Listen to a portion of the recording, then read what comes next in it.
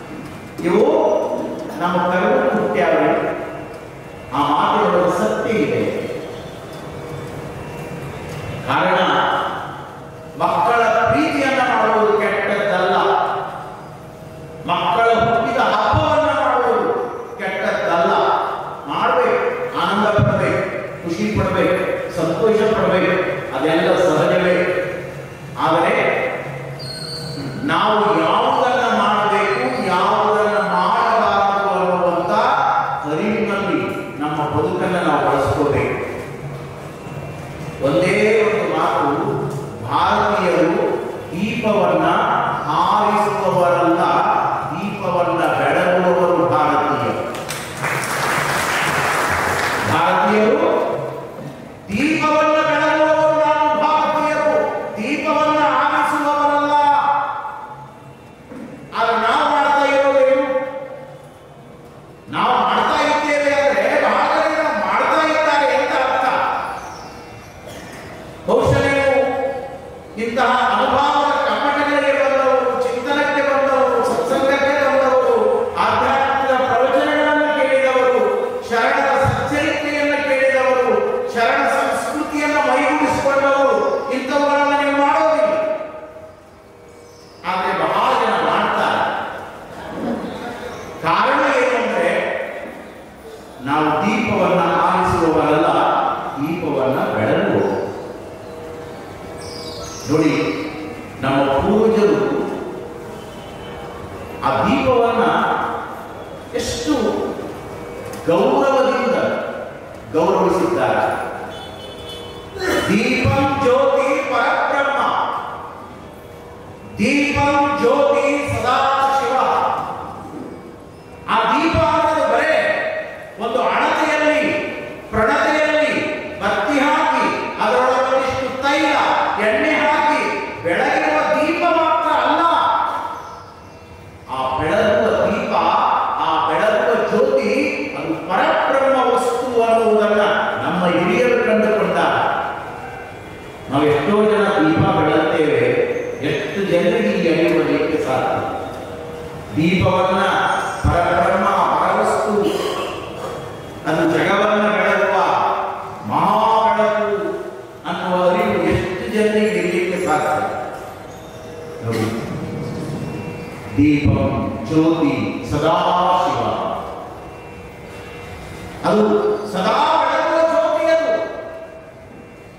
ಅದು ಜಗದ ಜ್ಯೋತಿ.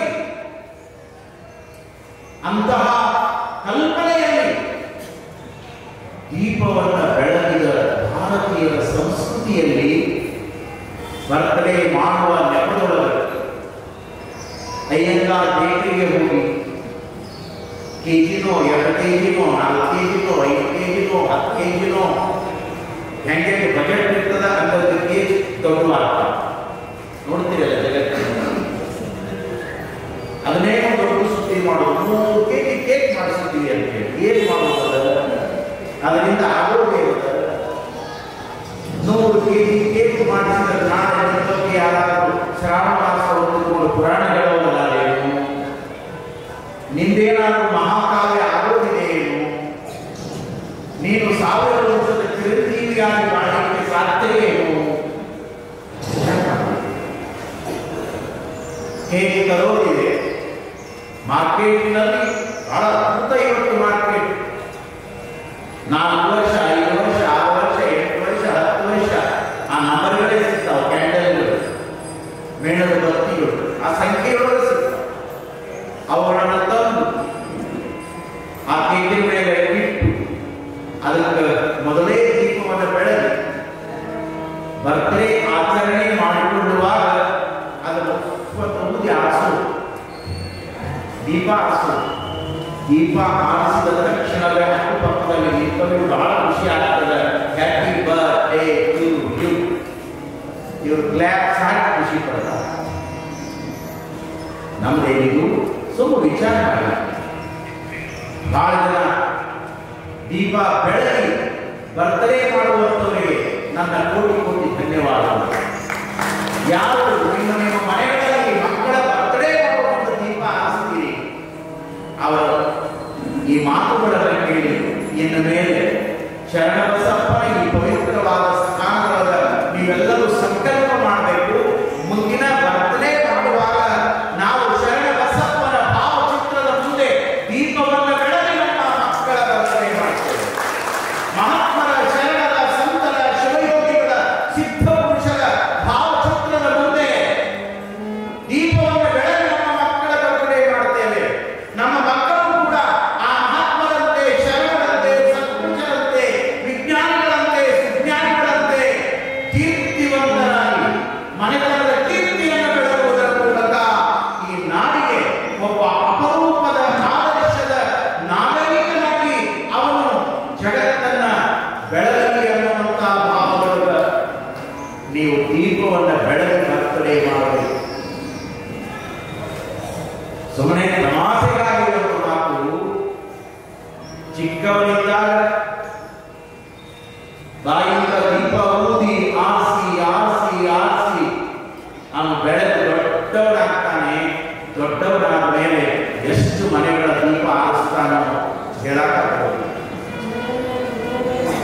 ಹಿಂಗೂ ಒಂದು ದೀಪ ಹರಿಸೋದಲ್ಲ. ಇನ್ನೊಬ್ಬರಿಗೆ ಅನ್ಯಾಯ ಮಾಡಿ, ಇನ್ನೊಬ್ಬರಿಗೆ ಮೋಸ ಮಾಡಿ, ಇನ್ನೊಬ್ಬರಿಗೆ ವಂಚನೆ ಮಾಡಿ, ಇನ್ನೊಬ್ಬರ ಮನೆ ದೀಪ ಆರಿ ಅವರೆಲ್ಲ ಹಾಳಾಗಿ ಹೋದರೂ ಕೂಡ ಅಡ್ಡಿ ಇಲ್ಲ, ನಾನು ಚೆನ್ನಾಗಿರಬೇಕು ಅನ್ನುವಂಥ ರುಚಿ ಒಳಗ ಬದುಕುವಂಥ ಚಿತ್ರದ ಸಮಾಜವನ್ನು ಕೂಡ ಇವತ್ತಿನ ದಿನಮಾನದಲ್ಲಿ ನಾವೆಲ್ಲ ಕಾಣ್ತಾ ಇದ್ದೇವೆ ಬಂಧುಗಳೇ.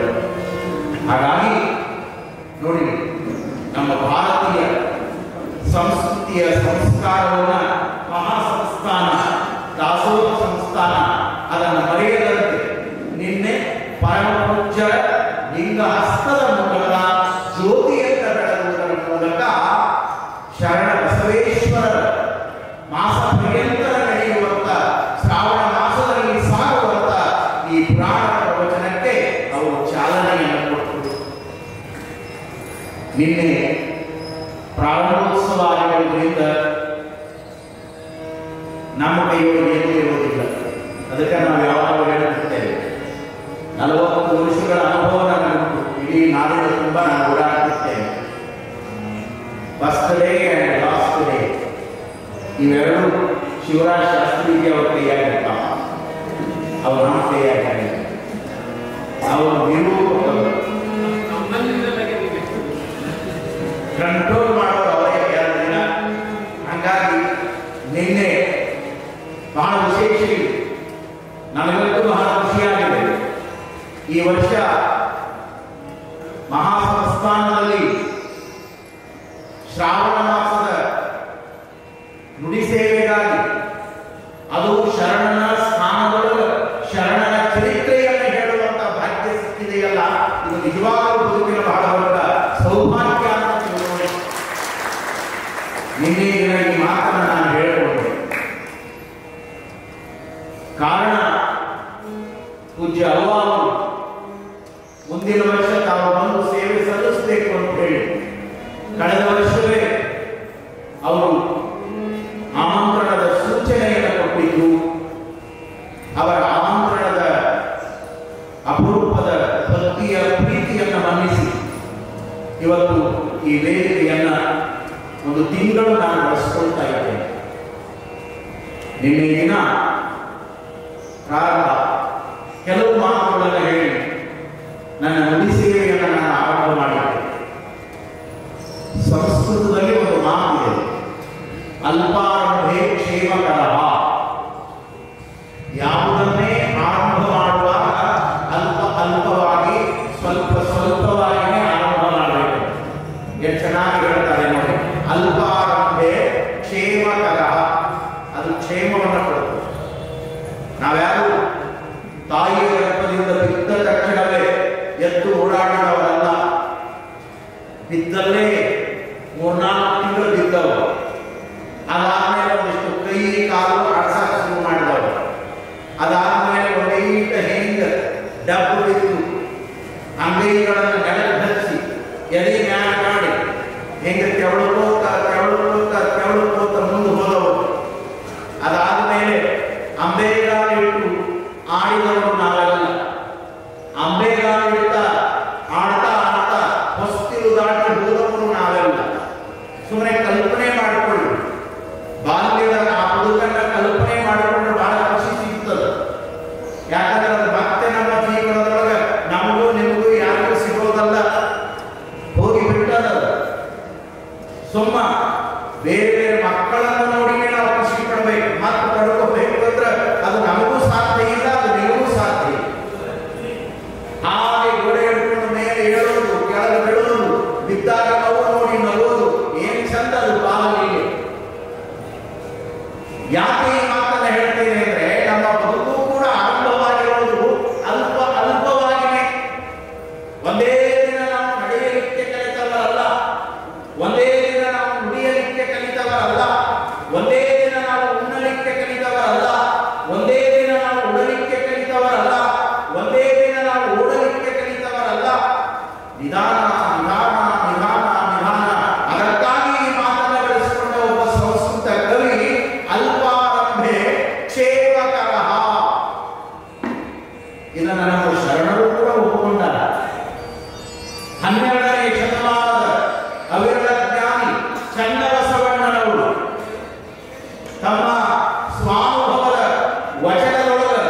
ಒಂದು ಮಾತನ್ನ ಹೇಳ್ತಾರೆ, ಬಹಳ ಚಂದ ಹೇಳ್ತಾರೆ ಅವರು. ಮೆಲ್ಲ ಮೆಲ್ಲನೆ ಭಕ್ತನಾಗಿ, ಮೆಲ್ಲ ಮೆಲ್ಲನೆ ಮಹೇಶನಾಗಿ, ಮೆಲ್ಲ ಮೆಲ್ಲನೆ ಪ್ರಸಾದಿಯಾಗಿ, ಮೆಲ್ಲ ಮೆಲ್ಲನೆ ಪ್ರಾಣಲಿಂಗಿಯಾಗಿ, ಮೆಲ್ಲ ಮೆಲ್ಲನೆ ಶರಣನಾಗಿ, ಮೆಲ್ಲ ಮೆಲ್ಲನೆ ಐಕ್ಯನಾಗಬೇಕು. ನೋಡ ಎಷ್ಟು ಚಂದ ಹೇಳ.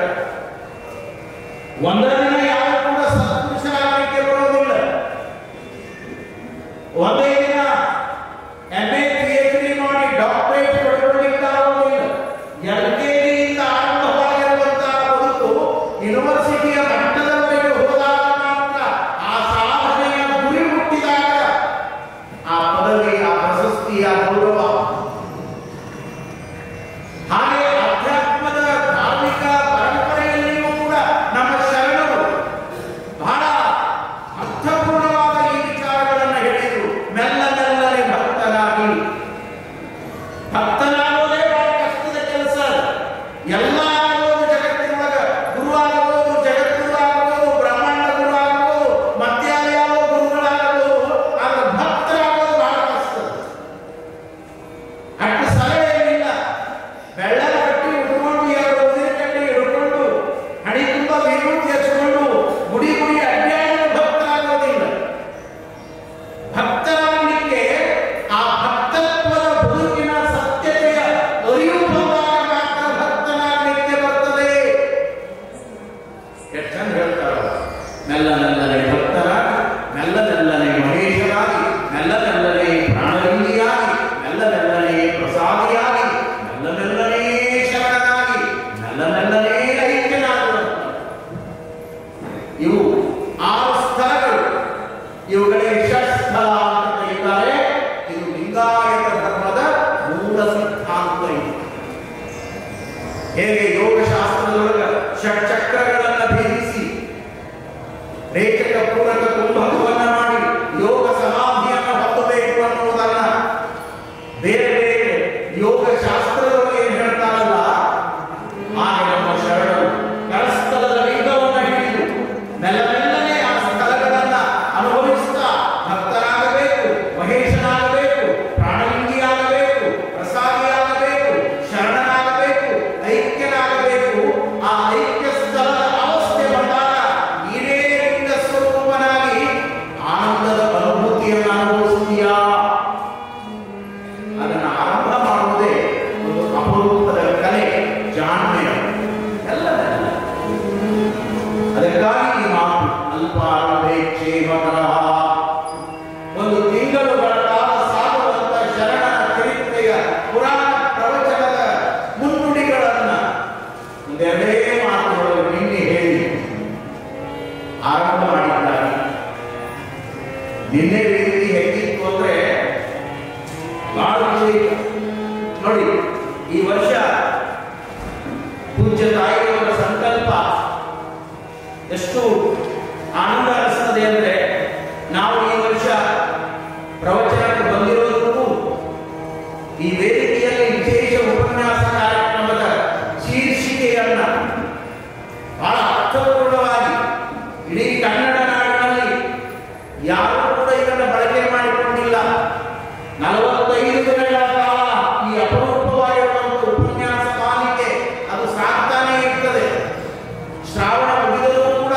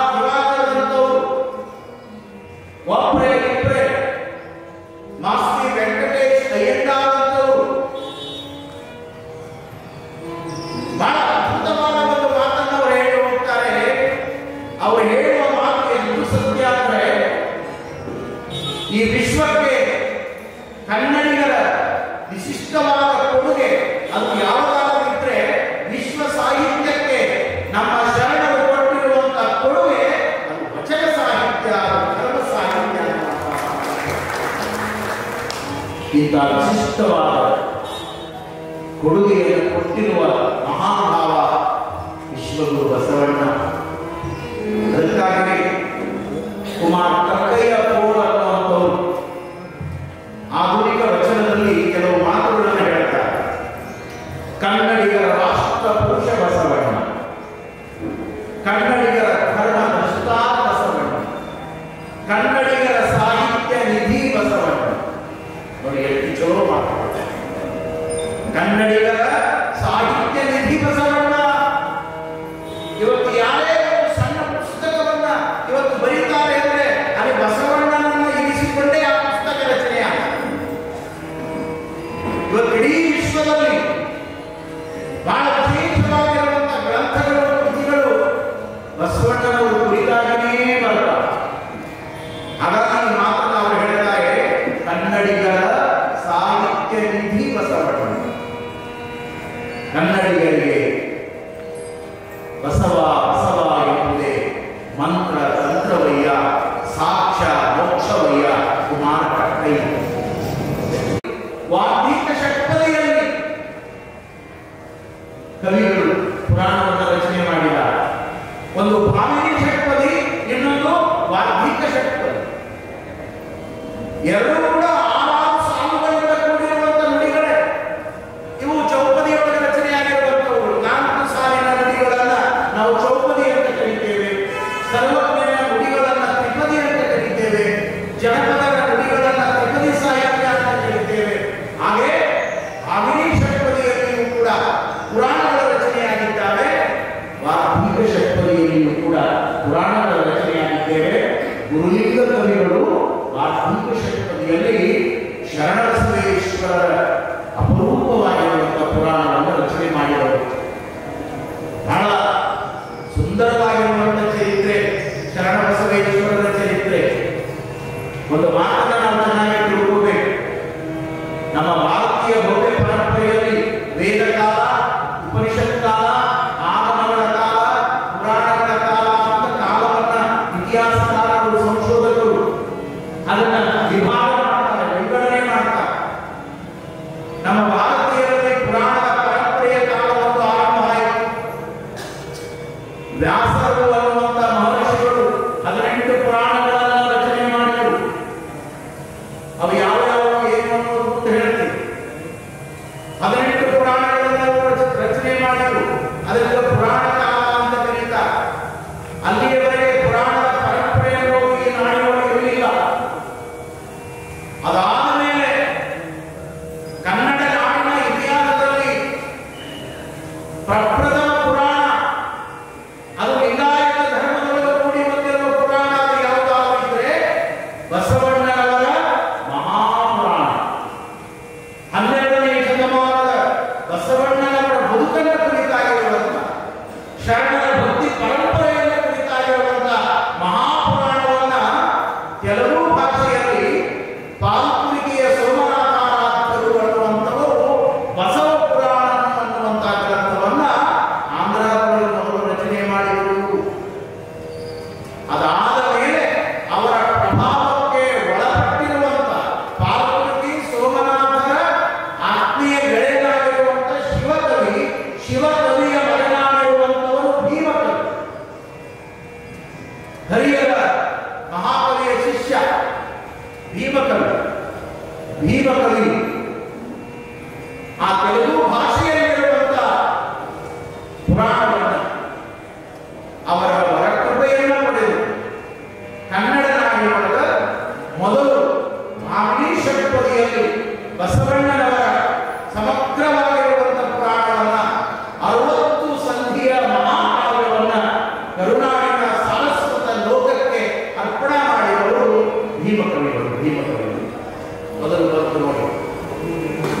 ಅದಾದಮೇಲೆ ಬಸವ ಪುರಾಣದ ನಂತರ ಮತ್ತೊಂದು ವಿಶಿಷ್ಟವಾಗಿರುವಂತಹ ಪುರಾಣ ಲಿಂಗಾಯತ ಧರ್ಮದ ಶರಣ ಸಂಸ್ಕೃತಿ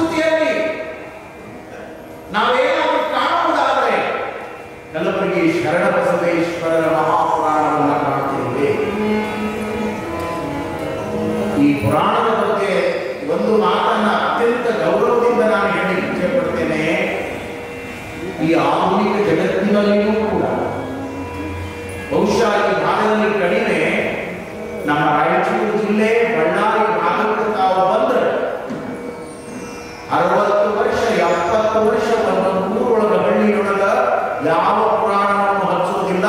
ಹಚ್ಚೋದಿದ್ರ ಶರಣಬಸವನ ಪುರಾಣವನ್ನು ಹಚ್ಚಬೇಕು ಅನ್ನುವಂತ ಒಂದು ವಿಶಿಷ್ಟವಾಗಿರುವಂತಹ ಭಕ್ತಿ ಪರಂಪರೆಯನ್ನ ನಾವು ಆ ಭಾಗದಲ್ಲಿ ಇವತ್ತಿಗೂ ಕಾಣ್ತೇವೆ. ಈ ಶ್ರಾವಣ ಮಾಸಗಳು ಸುಮ್ಮನೆ ನೀವು ಸರ್ಚ್ ಮಾಡಬೇಕು ಅಂತ ರಾಯಚೂರು ಜಿಲ್ಲಾ ಬಳ್ಳಾರಿ ಜಿಲ್ಲಾ ಹೇಗೆ ಅಡ್ಡಾಡ್ತ ಬರೀ ಎಲ್ಲಾ ಊರಾಗೂ ಶ್ರಾವಣ ಮಾಸದೊಳಗ ಶರಣಬಸವನ ಪುರಾಣವೇ ನಡೀತಾವ. ಬಸವ ಪುರಾಣದ ನಂತರ ಈ ನಾಡಿನೊಳಗ ಮತ್ತೊಂದು ವಿಶಿಷ್ಟ ಪುರಾಣವಾಗಿ ಪೂಜೆ ಪಡೆಯುವಂತ, ಗೌರವಿಸಲ್ಪಡುವಂತ, ಶ್ರದ್ಧಾ ಭಕ್ತಿಯಿಂದ ಜನರು ಆಲಿಸುವಂತ ಯಾವುದಾದ್ರೂ ಒಂದು ಪುರಾಣ ಇದ್ರೆ ಅದು ಶರಣಬಸವೇಶ್ವರರ ಪುರಾಣ. ಶರಣಬಸವೇಶ್ವರರ ಪುರಾಣ ಬಹುಶಃ ನೀವೆಲ್ಲ ಪಟ್ಟಣವಾಸಿಗಳು ಇಲ್ಲಿ ಆ ಸಂಪ್ರದಾಯವನ್ನು ನಾವು ಬಳಸಿಲ್ಲ ಅಂತ ಭಾವಿಸ್ತೇನೆ. ನಮ್ಮ ಭಾಗದಲ್ಲಿ ಶರಣಬಸವನ ಪುರಾಣ ಆಯಿತು ಅಂದ್ರೆ ಶರಣಬಸವನವರು ಏನೇನು ತಮ್ಮ ಬದುಕಿನೊಳಗೆ ಮಾಡಿದ್ರು ಅವನ್ನೆಲ್ಲ ಬಹಳ ಪ್ರಾಕ್ಟಿಕಲ್ ಆಗಿ ಆಚರಣೆ ಮಾಡಿ ಭಕ್ತಿಯನ್ನ ಅರ್ಪಣೆ ಮಾಡ್ತಾರೆ ಆ ಭಾಗದ ಜನರು. ತೊಟ್ಟಿಲೋತ್ಸವ ಮಾಡಿದ್ರೆ ಶರಣಬಸವನ ಜನನ ಆಯಿತು ಅಂತ ತೊಟ್ಲ ಕಟ್ಟಿ, ನಾನಂತೂ ನನ್ನ ಬದುಕಿನೊಳಗೆ ಎಲ್ಲೆಲ್ಲಿ ಶರಣಬಸವನ ಪುರಾಣ ಹೇಳಿದ್ದೀನಿ, ನಾ ಒಮ್ಮೆ ಹಾಕಿ ಹೆಸರಿಟ್ಟಿಲ್ಲ. ಜೀವಂತ ಮಗುವನ್ನೇ ತೊಟ್ಟಿಲೊಳಗೆ ಹಾಕಿ ಶರಣಬಸವೇಶ್ವರ ನಾಮಕರಣ ಮಾಡಿರೋದು ನಮ್ಮ ವಿಶಿಷ್ಟತೆ. ನಾವೆಲ್ಲೇ ಪುರಾಣ ಪ್ರವಚನ ಮಾಡಿ ನಾವು ಒಮ್ಮೆಯನ್ನು ಹಾಕಿಸೋದಿಲ್ಲ, ನಾವು ಜೀವಂತ ಮಗುವನ್ನೇ ಹಾಕಿ ಸಂಭ್ರಮ ಸಡಗರದಿಂದ ಆ ಮನೆತನಕ್ಕೊಂದು ಶರಣ ಸಂಸ್ಕೃತಿಯ ಸಂತಾನ ಬೆಳೆದುಕೊಳ್ಳಿ ಎನ್ನುವಂತಹ ಆ ರೀತಿಯಲ್ಲಿ ನಾವು ಪುರಾಣವನ್ನು ನಡೆಸಿಕೊಳ್ತಾ ಬರ್ಬೋದು. ಅದಾದ್ಮೇಲೆ ಶರಣಬಸವನವರ ಮದುವೆಯ ಪ್ರಸಂಗ ಬಂದರೆ ಆ ಊರೊಳಗಿರುವ ಬಡ ಕುಟುಂಬದ 2 ಜೋಡಿಗಳನ್ನು ತಂದು ಮದುವೆ ಮಾಡಿ ಕಲ್ಯಾಣ ಮಾಡಿದ 25 ಉದಾಹರಣೆಗಳು ನಾವು ಹೇಳಿದ ಬಸವ ಪುರಾಣದೊಳಗೆ ಶರಣಬಸವನ ಪುರಾಣದೊಳಗೆ ಉದಾಹರಣೆಯಾಗಿ ಸಿಗ್ತಾವ. ಹೀಗೆಲ್ಲ ಆಚರಣೆ ಮಾಡೋದು ಇಷ್ಟಕ್ಕೆ ಬಿಟ್ಟಿಲ್ಲ. ಶರಣಬಸವನವರು ರಾಶಿ ಮಾಡ್ಯಾರ ಶರಣರು ಗೊತ್ತದ ನೀವು ಇತಿಹಾಸದೊಳಗೆ ಶರಣಬಸವನಂತ ರಾಶಿ ಯಾವ ಮಾಡಕ್ಕಾಗಿಲ್ಲ, ಮಾಡಿಲ್ಲ. ಎಂತ ರಾಶಿ? ಆ ರಾಶಿ ಪ್ರಸಂಗದಲ್ಲೂ ಕೂಡ ಒಕ್ಕಲಿಗರೆಲ್ಲರೂ ಕೂಡಿ ಕಣ ಮಾಡಿ ನೋಡಿ ರಾಶಿಯನ್ನು ತಂದು ಹಾಕಿ ಸೇವೆ ಮಾಡುವಂಥದ್ದು. ಕೂಡಿ ಕೂಡಿ ಶರಣಪ್ಪನವರು ಕೃಷಿ ಕಾಯಕವನ್ನು ಆರಂಭ ಮಾಡುವಂತ ಒಂದು ವ್ಯವಸ್ಥೆಯಾಗಿಯೂ ಕೂಡ ಕೂಡಿಗೆಗಳನ್ನ ಪುರಾಣದ ವೇದಿಕೆಯ ಮುಂಭಾಗದಲ್ಲೇ ಕೂಡಿ ಪೂಜೆ ಮಾಡುವಂಥದ್ದು ಎಲ್ಲ ಆಚರಣೆಗಳು ಮುಂದಿನ ಯುವ ಪೀಳಿಗೆಗೆ ಒಂದು ರೀತಿ ಮಾರ್ಗದರ್ಶನ. ನನಗೆ ಶರಣಬಸವನ ಪುರಾಣ ಅಂದ್ರೆ ಬಹಳ ಪ್ರೀತಿ. ಯಾಕಂದ್ರೆ ಇದ್ರೊಳಗೆ ಇಡೀ ಸಮಗ್ರ ಜೀವನದ ಲೀಲೆಗಳೇ ಇದ್ದಾವೆ. ಶರಣಪ್ಪನವರ ಗೃಹಸ್ಥ ಜೀವನ ನಮಗೆ ಸಾಕ್ಷಿ ಆಗ್ತದೆ, ದಾಂಪತ್ಯ ಧರ್ಮ ನಮಗೆ ಸಾಕ್ಷಿ ಆಗ್ತದೆ, ಗುರುಲಿಂಗ ಜಂಗಮನ ಸೇವೆ ನಮಗೆ ಸಾಕ್ಷಿ ಆಗ್ತದೆ, ಗುರುವಿನ ಮೇಲೆ ಅವರು ಇಟ್ಟಿರುವಂತ ನಿಷ್ಠೆ ನಮಗೆ ಸಾಕ್ಷಿ ಆಗ್ತದೆ, ಗುರುಕರುಣೆಯಿಂದ ಅಷ್ಟಾವರಣ ಪಂಚಾಚಾರ ಶಸ್ತ್ರದ ಅರಿವನ್ನ ಶರಣಬಸವನವರು ಹೆಂಗೆ ಮಾಡಿಕೊಂಡು ಅನ್ನೋದು ಸಾಕ್ಷಿ ಆಗ್ತದೆ. ಅಷ್ಟೇ ಅಲ್ಲ, ಸಂಸಾರದ ವ್ಯಸನವನ್ನ ಒಬ್ಬ ತ್ಯಾಗಿಯಂತೆ ಯೋಗಿಯಂತೆ ಅವರ ಗುಂಡಿಗೆಯಿಂದ ತೊರೆದು ಹೊರಡುವಾಗ ಶರಣ ಒಬ್ಬ ಮಹಾನುಭಾವರಾಗಿ ಕಂಡುಬರುತ್ತಾನೆ. ಬರಗಾಲ ಬಿದ್ದಾಗ ಪರ್ವತಾಭಾಗದೊಳಗ ಗಂಜಿ ಕೇಂದ್ರಗಳನ್ನು ಆರಂಭ ಮಾಡಿರುವಂತ ಇತಿಹಾಸ ಕನ್ನಡ ನಾಡಿನ ಇತಿಹಾಸದಲ್ಲಿ ಒಂದು ಅದ್ಭುತವಾದ ಉದಾಹರಣೆ. ಸಾಮಾನ್ಯವಾಗಿರುವಂತದ್ದಲ್ಲ. ಶರಣ ಬಡಬಗ್ಗರಿಗಾಗಿ ತ್ಯಾಗ ಮಾಡಿದ ಉದಾಹರಣೆ. ಎಲ್ಲ ಇತಿಹಾಸ.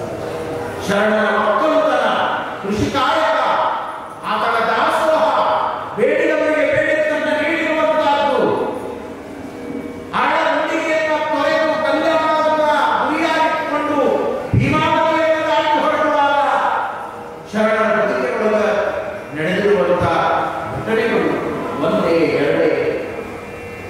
ಹಾಗಾಗಿ ಶರಣ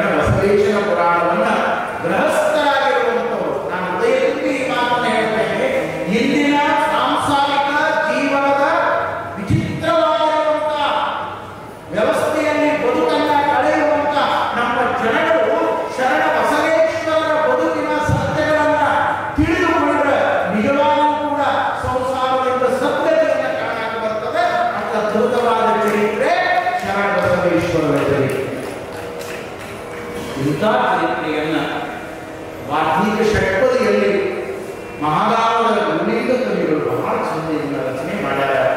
ಕಲಬುರಗಿಯ ಭಕ್ತರೆಲ್ಲ ಬೇಡಿಕೊಂಡ್ರ, ಅಪ್ಪ ನಿಮಗ ಸರಸ್ವತಿ ಒಳಗಾಳ, ನಿಮ್ಮಲ್ಲಿ ಕಾವ್ಯ ಉತ್ಪತ್ತಿ ಅದ, ನೀವು ಶರಣರ ಚರಿತ್ರೆಯನ್ನು ರಚನೆ ಮಾಡಬೇಕು.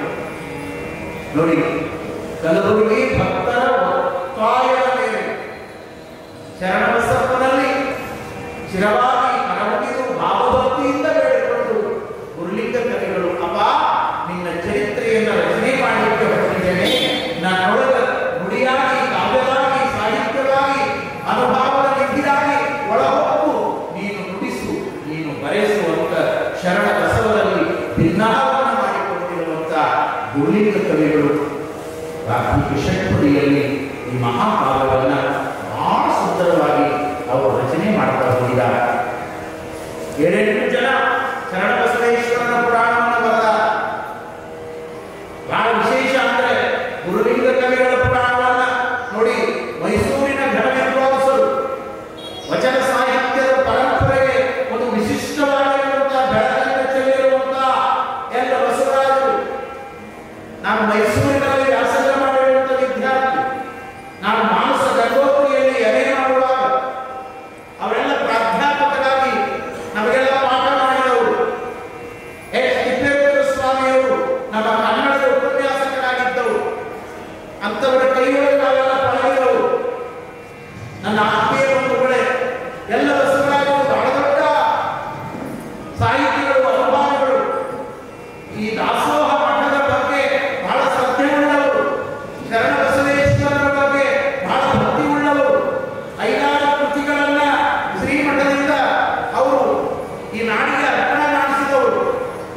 ನೋಡಿ, ಗುರುಲಿಂಗ ಕವಿಗಳ ಪುರಾಣವನ್ನ ಸಂಪಾದನೆ ಮಾಡಿ ಅದಕ್ಕೆ ಸುಂದರವಾಗಿರುವಂತಹ ಮುನ್ನುಡಿಯನ್ನು ರಚನೆ ಮಾಡುವುದರ ಮೂಲಕ ಎಲ್ಲ ಬಸವರಾಜರು ಅದಕ್ಕೆ ವಿವರಣೆಯ ಅರ್ಥಗಳನ್ನು ಕೂಡ ಕೊಡ್ತಾ ಈ ಮಹಾಪುರಾಣವನ್ನ ಬಹಳ ಸುಂದರವಾಗಿ ರಚನೆ ಮಾಡಿದ್ದಾರೆ. ಇದು ರಚನೆಯಾಗಿದೆ. ಅದರ ಜೊತೆಗೆ ಇನ್ನೊಬ್ಬರು ದ್ಯಾಪುರದ ಕಲ್ಲಿನಾಥ ಕವಿಗಳು ಎಂದು ಬರ್ತಾರೆ. ಅವರು ಕೂಡ ಶರಣ ಬಸವೇಶ್ವರರ ಪುರಾಣವನ್ನು ರಚನೆ ಮಾಡಿದರು. ನಮ್ಮ ಕನ್ನಡ ನಾಡಿನಲ್ಲಿ ಕಾವ್ಯಕ್ಕೆ ಕೊರತೆ ಇಲ್ಲ. ಎಂತೆಂಥವರು, ಚಾಮರಸ ಎಂತ ಕವಿ, ಪ್ರಭುಲಿಂಗ ಲೀಲೆಯನ್ನ ರಚನೆ ಮಾಡಿದ ಮಹಾಕವಿ. ಸತ್ತವರ ಕಥೆಯಲ್ಲ, ಜೀವನದ ಕೃತ್ತದಲ್ಲಿ ಕುಡಿದು ಸಿಲುಕುವ ಫಲಪದಾನಲ್ಲ, ಹೊತ್ತು ಹೋಗದ ಪುಂಡರಾಮಿಕ ಮತ್ತ ಮತಿಗಳ ಗೋಷ್ಠಿಯನ್ನು ಇದು ಸತ್ಯ ಶರಣರು ತಿಳಿಯುವುದು ಈ ಪ್ರಭುಲಿಂಗ ಲೀಲೆ. ಏನು ಅದ್ಭುತವಾಗಿ ಕಾವ್ಯವನ್ನ ಹೇಳ್ತಾ ಹೋಗ್ತಾರೆ ಚಾಮರಸ. ಅಂತಹ ಪರಂಪರೆಯ ಬೆಳಕನ್ನ ಬದುಕಿನೊಳಗೆ ಪಡ್ಕೊಂಡವರು ಎಲ್ಲ ಮಹಾನುಭಾವರು. ಕಲಿನಾಥ ಕವಿಗಳು ಚಂದ ಕವಿಗಳ ಸುಪುತ್ರರ ಅವರು ಪುರಾಣ ಪರಂಪರೆಗೆ ಬೆಳಕನ್ನು ಚೆಲ್ಲಿದರು. ನಮ್ಮ ಕೊಪ್ಪಳ ಜಿಲ್ಲೆಯೊಳಗೆ ಯಲಬುರ್ಗಾ ತಾಲೂಕು ಅಂತ ಬರ್ತದ, ಅಲ್ಲೊಂದು ಚಿಕ್ಕ ಗ್ರಾಮ ದ್ಯಾಮಪುರ. ಅಲ್ಲಿಯವರು ದ್ಯಾಮಪುರದೊಳಗೆ ಪುರಾಣಿಕ ಮಠ ಅಂತ ಒಂದು ಮನೆತನ, ಗಂಡವರ ಮನೆತನ. ಇವತ್ತೇನು ಡಾಕ್ಟರ್ ಸಿದ್ದಯ್ಯ ಪುರಾಣಿಕರು ಅಂತ ನಾವೇನು ಸಾಹಿತ್ಯ ಲೋಕದೊಳಗೆ ಆಧುನಿಕ ವಚನಕಾರರನ್ನಾಗಿ ಶರಣ ಚರಿತಾಮೃತ ಅನ್ನುವಂಥ ಕೃತಿಯನ್ನ ಈ ನಾಡಿಗೆ ನೀಡಿದವರನ್ನಾಗಿ ಒಬ್ಬ ಅಪರೂಪದ ಅಧಿಕಾರಿಯಾಗಿ, ಕಮಿಷನರ್ ಆಗಿ ಅವರೇನು ಕೆಲಸ ಮಾಡಿರಲ್ಲ, ಅವ್ರ ಕುರಿತಾಗಿ ನಾವೇನು ತಿಳ್ಕೊಂಡಿದ್ದೇವೆ. ಅವರ ತಂದೆಯವರು ಕಲಿನಾಥ ಕವಿಗಳು, ಅವರು ಕೂಡ ಶರಣ ಬಸವೇಶ್ವರರ ಪುರಾಣವನ್ನು ರಚನೆ ಮಾಡಿದರು. ಒಂದು ಕೊನೆಯ ಮಾತನ್ನು ತಮಗೆಲ್ಲ ಗಮನಿಸುತ್ತೇನೆ. ಶಿಶುನಾಳ ಶರೀಫರ ಹೆಸರನ್ನು ತಾವೆಲ್ಲ ಕೇಳಿದೆ. ಕನ್ನಡ ನಾಡಿನ ಸುದ್ದಿ ಪರಂಪರೆಯ ಮಹಾಸಂತ. ನಾವೆಲ್ಲ ಹಿಂದೂಗಳು ಶರೀಫ ಶಿವಯೋಗಿ ಅಂತ ಗೌರವಿಸಿದರೆ, ಇಸ್ಲಾಂ ಶರೀಫ ಸಾಹೇಬ ಅಂತ ಗೌರವಿಸ್ತಾರೆ. ಇವತ್ತಿಗೂ ಕೂಡ ಹಿಂದೂಗಳು, ಇಸ್ಲಾಮರು ಅವರ ಅಪರೂಪದ ಸಮಾಧಿಯ ಸ್ಥಳವನ್ನು ಗೌರವಿಸಿ ಆರಾಧನೆ ಮಾಡ್ತಾರೆ. ಅಂತ ಶರೀಫರು ಶರಣರ ಬಗ್ಗೆ ಬಹಳ ದೊಡ್ಡ ನಂಬಿಕೆಯನ್ನು ಇಟ್ಟುಕೊಂಡು ಶರಣರ ಆದರ್ಶಗಳನ್ನು ಮೈಗೂಡಿಸಿಕೊಂಡವರು. ಬಹಳ ಜನ ನಿಮಗೆ ಗೊತ್ತಿಲ್ಲ,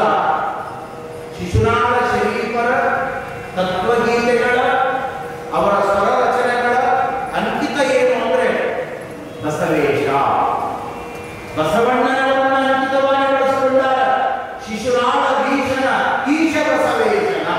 ನೋಡಿ ಎಷ್ಟು ಭಾವಭಕ್ತಿಯವರಿಗೆ. ಶರೀಫರ ಸ್ವರವಚನ. ಶರೀಫರೇ ಒಂದು ಮಾತನ್ನು ಹೇಳ್ತಾರೆ, 18 ಪುರಾಣ,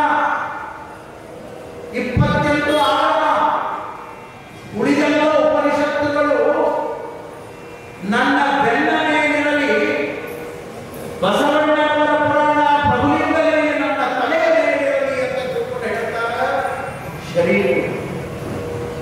ಹೇಗೆ ಆ ಪುರಾಣವನ್ನು ತಲೆಯ ಮೇಲೆ ಆವರಿಸಿಕೊಳ್ಳುವುದಾಗಿರೋ ಹಾಗೆ ಶರಣಬಸವನ ಪುರಾಣವನ್ನು ಭಕ್ತಿಯಿಂದ ತಲೆಯ ಮೇಲೆ ಇಟ್ಟುಕೊಂಡು ಹೊತ್ತುಕೊಂಡು ಕುಣಿದಾಡಿ ಶ್ರವಣ ಮಾಡುವಂತಹ ಪರಂಪರೆ ಕನ್ನಡ ನಾಡಿನೊಳಗ ಇವತ್ತಿಗೂ ಕೂಡ ಅದು ಜಾರಿಯಲ್ಲಿದೆ, ನಿತ್ಯ ಸತ್ಯವಾಗಿ ನಡೆದಿದೆ ಅಂತ ಶರಣರ ಪುರಾಣವನ್ನು ಕವಿಗಳು ರಚನೆ ಮಾಡಿದ್ದಾರೆ.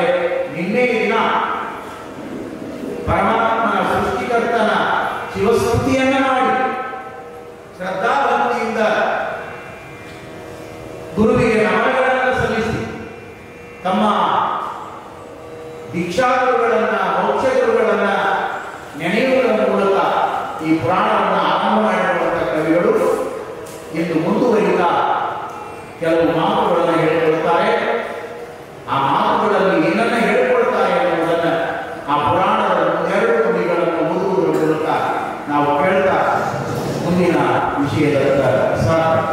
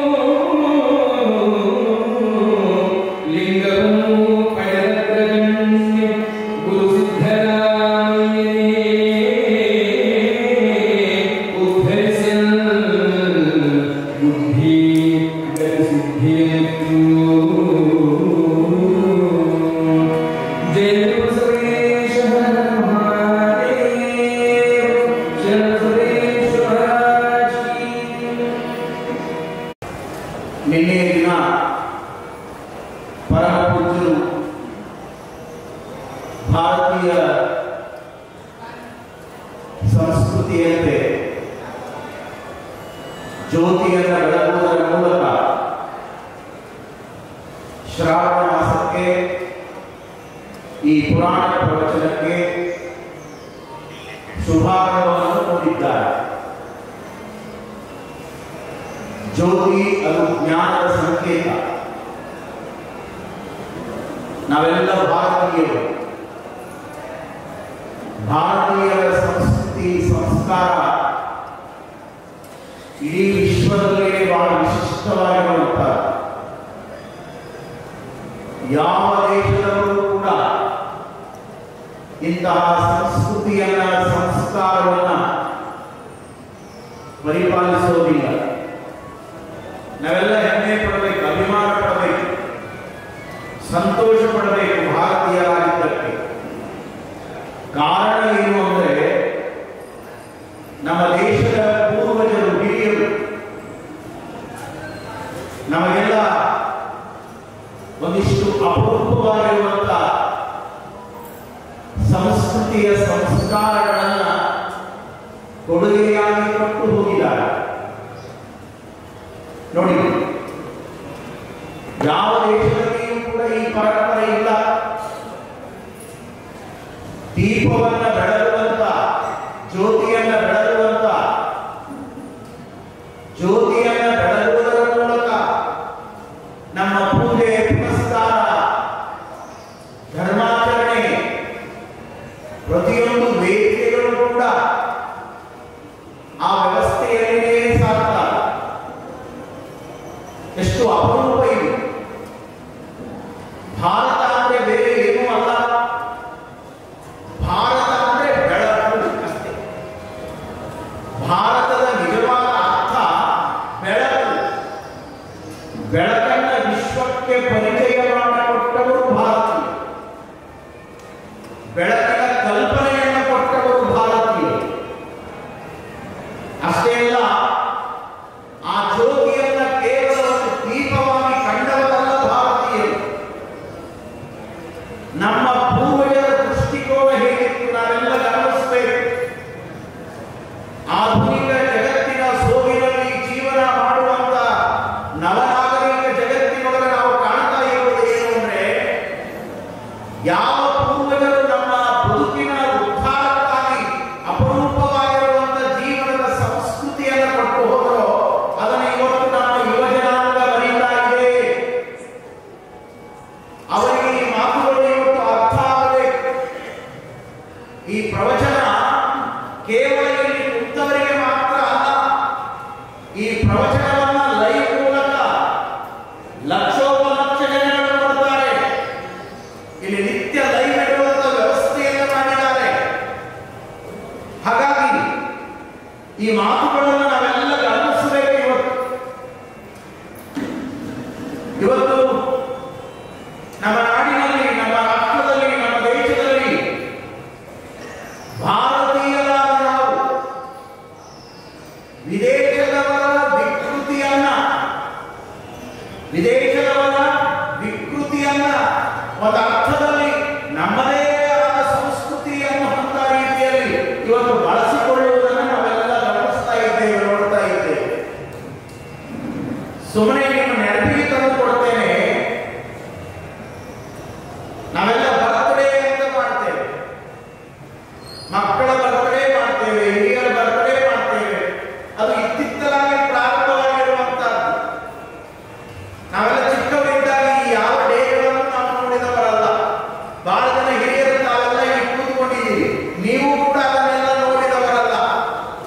ಯಾವಾಗ ಸಿನಿಮಾ ಪರದೆಗಳ ಮೇಲೆ, ಮನೆಯೊಳಗಿರುವಂತಹ ಟಿವಿಗಳಲ್ಲಿ ಈ ವಿಚಿತ್ರವಾದ ವಿಕೃತಿಗಳು ಬರಲಿಕ್ಕೆ ಪ್ರಾರಂಭ ಆಗೋ, ಅದೆಲ್ಲದನ್ನೂ ಕೂಡ ಅನುಕರಣೆ ಮಾಡುವಂತ ಜನಗಳ ಸಂಖ್ಯೆ ಈ ರಾಷ್ಟ್ರದೊಳಗ, ಈ ನಾಡಿನೊಳಗೆ ಹೆಚ್ಚಾಯಿತು. ಹುಟ್ಟಿದ ಮಕ್ಕಳ ಉತ್ಸವವನ್ನ ಸಂಭ್ರಮವಾಗಿ ಆಚರಣೆ ಮಾಡಲಿಕ್ಕೆ ನಮ್ದೇನು ವಿರೋಧ ಇಲ್ಲ. ಮಕ್ಕಳೇ ಮನೆತನಗಳಿಗೆ ಸಂಪತ್ತು, ಗೃಹಸ್ಥರಿಗೆ ಮಕ್ಕಳೇ ಸಂಪತ್ತು. ಖುಷಿ ಪಡಬೇಕು, ಸಂತೋಷ ಪಡಬೇಕು, ಸಿಹಿ ಹಂಚಬೇಕು. ಆದರೆ ಮಕ್ಕಳು ಮಕ್ಕಳಾಗಿದ್ದಾಗ ಆ ಖುಷಿ ಹೆತ್ತವರಿಗೆ ಕೊನೆಯವರೆಗೆ ಉಳಿಯುತ್ತದೆ. ಮಕ್ಕಳು ದಾರಿ ತಪ್ಪಿ ಇಕ್ಕಳಾದರೆ ಹಡೆದವರೇ ನೋವಿನಿಂದ ಒಂದು ಮಾತನ್ನ ನುಡಿತಾರೆ. ಎಷ್ಟೋ ಮನೆಗಳಿಗೆ ನಾವು ಪೂಜೆಗಳಿಗೆ ಹೋದಾಗ, ಭಕ್ತರ ಮನೆಗಳಿಗೆ ಹೋದಾಗ ಮನೆಯೊಳಗಿರುವ ಮಕ್ಕಳು ದಾರಿ ತಪ್ಪಿ ನಡೆಯುವುದನ್ನ ಕಂಡಂತ, ಅವರಿಂದಾಗಿ ನೋವನ್ನ ಅನುಭವಿಸುವಂತ ತಂದೆ ತಾಯಿಗಳು ಮನನೊಂದು ಒಂದು ಮಾತನ್ನ ಹೇಳ್ತಿರ್ತಾರೆ, ಯಪ್ಪಾ ಇವು ನಮ್ಮ ಕರ್ಮಕ್ಕೆ ಹುಟ್ಟ್ಯಾವರಿ ಅಂತ. ಇವು ನಮ್ಮ ಕರುಳು ಹುಟ್ಟ್ಯಾವೆ. ಆ ಮಾತುಗಳ ಸತ್ಯ ಇದೆ. ಕಾರಣ ಮಕ್ಕಳ ಪ್ರೀತಿಯನ್ನ ಮಾಡುವುದು ಕೆಟ್ಟದ್ದಲ್ಲ, ಮಕ್ಕಳ ಹುಟ್ಟಿದ ಹಬ್ಬವನ್ನ ಮಾಡುವುದು ಕೆಟ್ಟದ್ದಲ್ಲ. ಮಾಡಬೇಕು, ಆನಂದ ಪಡಬೇಕು, ಖುಷಿ ಪಡಬೇಕು, ಸಂತೋಷ ಪಡಬೇಕು, ಅದೆಲ್ಲ ಸಹಜವೇ. ಆದರೆ ನಾವು ಯಾವುದನ್ನ ಮಾಡಬೇಕು, ಯಾವುದನ್ನ ಮಾಡಬಾರದು ಅನ್ನುವಂತ ಅರಿವಿನಲ್ಲಿ ನಮ್ಮ ಬದುಕನ್ನು ನಾವು ಬಳಸ್ಕೋಬೇಕು. ಒಂದೇ ಒಂದು ಮಾತು, ಭಾರತೀಯರು ದೀಪವನ್ನ ಆರಿಸುವವರಲ್ಲ, ದೀಪವನ್ನ ಬೆಳಗುವವರು ಭಾರತೀಯರು. ಭಾರತೀಯರು ದೀಪವನ್ನ ಬೆಳಗುವವರು ನಾವು ಭಾರತೀಯರು, ದೀಪವನ್ನ ಆರಿಸುವವರಲ್ಲ. ಆದ್ರೆ ನಾವು ಮಾಡ್ತಾ ಇರೋದೇನು? ನಾವು ಮಾಡ್ತಾ ಇದ್ದೇವೆ ಅಂದ್ರೆ ಬಹಳ ಜನ ಮಾಡ್ತಾ ಇದ್ದಾರೆ ಅಂತ ಅರ್ಥ. ಬಹುಶಃ ನೀವು ಇಂತಹ ಅನುಭವದ ಕಮ್ಮಟಗಳಿಗೆ ಬಂದವರು, ಚಿಂತನಕ್ಕೆ ಬಂದವರು, ಸತ್ಸಂಗಕ್ಕೆ ಬಂದವರು, ಆಧ್ಯಾತ್ಮಿಕ ಪ್ರವಚನಗಳನ್ನು ಕೇಳಿದವರು, ಶರಣರ ಸಚ್ಚರಿತ್ರೆಯನ್ನು ಕೇಳಿದವರು, ಶರಣ ಸಂಸ್ಕೃತಿಯನ್ನು ಮೈಗೂಡಿಸಿಕೊಂಡವರು, ಇಂಥವುಗಳನ್ನು ನೀವು ಮಾಡೋದಿಲ್ಲ. ಆದ್ರೆ ಬಹಳ ಜನ ಮಾಡ್ತಾರೆ. ಕಾರಣ ಏನು ಅಂದ್ರೆ ನಾವು ದೀಪವನ್ನ ಆರಿಸುವವರಲ್ಲ, ದೀಪವನ್ನ ಬೆಳಗುವವರು. ನೋಡಿ, ನಮ್ಮ ಪೂರ್ವಜರು ಆ ದೀಪವನ್ನ ಎಷ್ಟು ಗೌರವದಿಂದ ಗೌರವಿಸಿದ್ದಾರೆ. ದೀಪಂ ಜ್ಯೋತಿ ಪರಬ್ರಹ್ಮ, ದೀಪಂ ಜ್ಯೋತಿ ಸದಾ